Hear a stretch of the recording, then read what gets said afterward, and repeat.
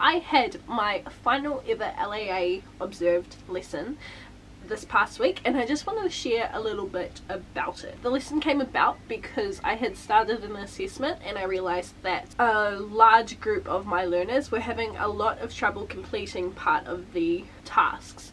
And the reason for that was that we hadn't actually covered it very well in class, and so I wanted to go back and make sure that we covered it more extensively so that everyone was ready to go. So just super quick going into my goals for this lesson. Number one, the feedback I'd gotten given previous lesson from my LAA, focus on better time management because that's something I really struggled with during that lesson.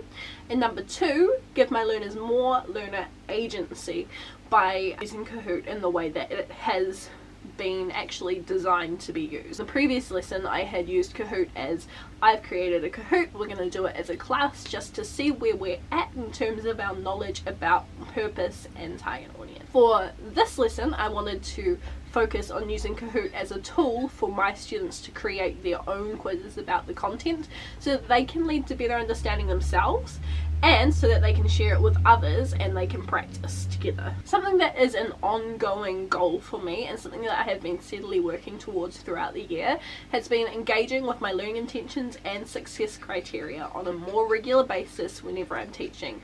So that's another thing that I wanted to focus on, even if it wasn't a distinct goal for this particular lesson. Started with a quick think, pair, share about the Rainbow's End website, which is a theme park in New Zealand. With a friend, think about who is going to be going to the website, why we're going to be going to the website, why Rainbow's End might have a website, and how it relates to the assessment that we are completing right now. The major task of the lesson was for my students to be split into groups of about 3 and collaborate to build a Kahoot based on 3 separate websites. Now for those websites they were able to choose anything they wanted based on their interests as long as it was appropriate.